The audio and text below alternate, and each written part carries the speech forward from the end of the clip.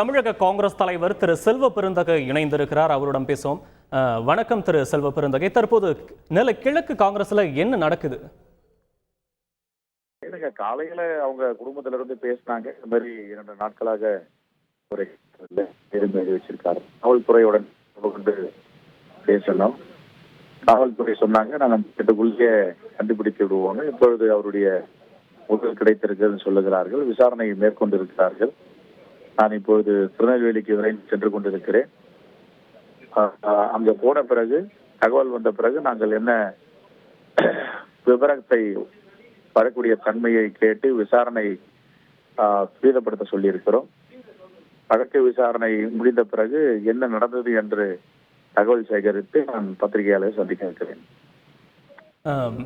மேலும் இந்த கட்சி எம்எல்ஏ மற்றும் முன்னாள் மத்திய அமைச்சர்கள் பற்றியெல்லாம் ஒரு புகாரும் அனுப்பியிருந்தாரு. அது தொடர்பான தகவல்லாம் உங்க தகவலுக்கு வந்துச்சா? இல்ல, அந்த புகாரெல்லாம் படிச்சிட்டு இருக்கோம். அதை போயிட்டு விசாரணை நடந்துட்டு இருக்கு. உண்மையிலேயே இது ஒரு பெரிய அதிர்ச்சி உள்ளாக்கி இருக்கு. ஒரு சிறந்த மாவட்ட தலைவர், பணியாற்றக்கூடியவர், அவருக்கு இந்த நிலை ஏற்பட்டிருப்பது இங்கே யாராலும் தாங்கிக் கொள்ள முடியாத நிலையில் தான் நாங்கள் இருக்கிறோம். இப்போது நான் திருநெல்வேலி விரைந்து கொண்டிருக்கிறேன். அங்கே சென்று எல்லோரையும் விசாரித்து காவல்துறையிடம் கேட்டறிந்து அங்கே பத்திரிகையாளர் கூட்டத்தில் என்ன நடந்தது என்பதை நான் பொதுமக்களுக்கு நான் தெரிவிப்பேன். மேலும் இப்ப தற்போது அங்க இருக்கக்கூடிய காங்கிரஸ் நிர்வாகிகளிடம் தொடர்பு கொண்டீங்களா? அங்க நிலவரம் எப்படி இருக்கு?